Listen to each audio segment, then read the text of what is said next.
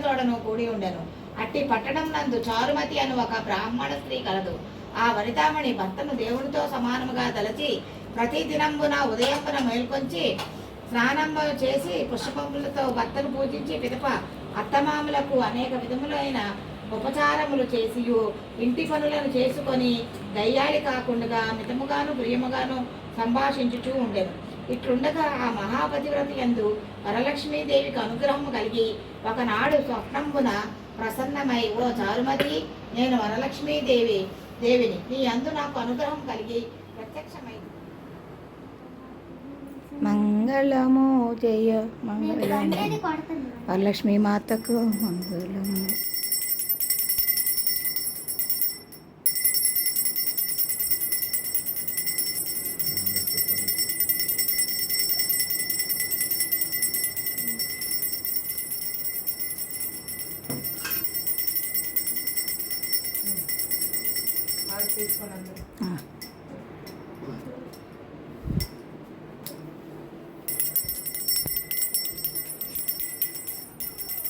అంతసేపు ఎలా పట్టుకుందో కాలిపోద్ది చెయ్య.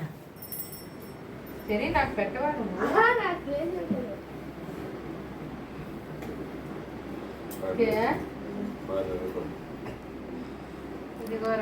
ఆయుష్మాన్ భవ విద్యా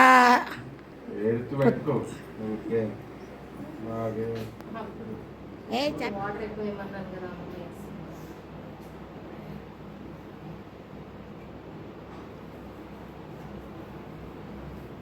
పర్లేదులేమ్మ.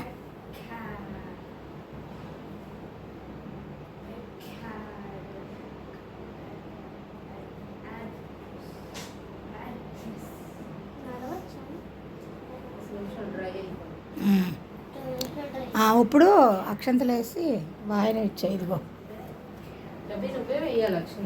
నువ్వు వేయకు.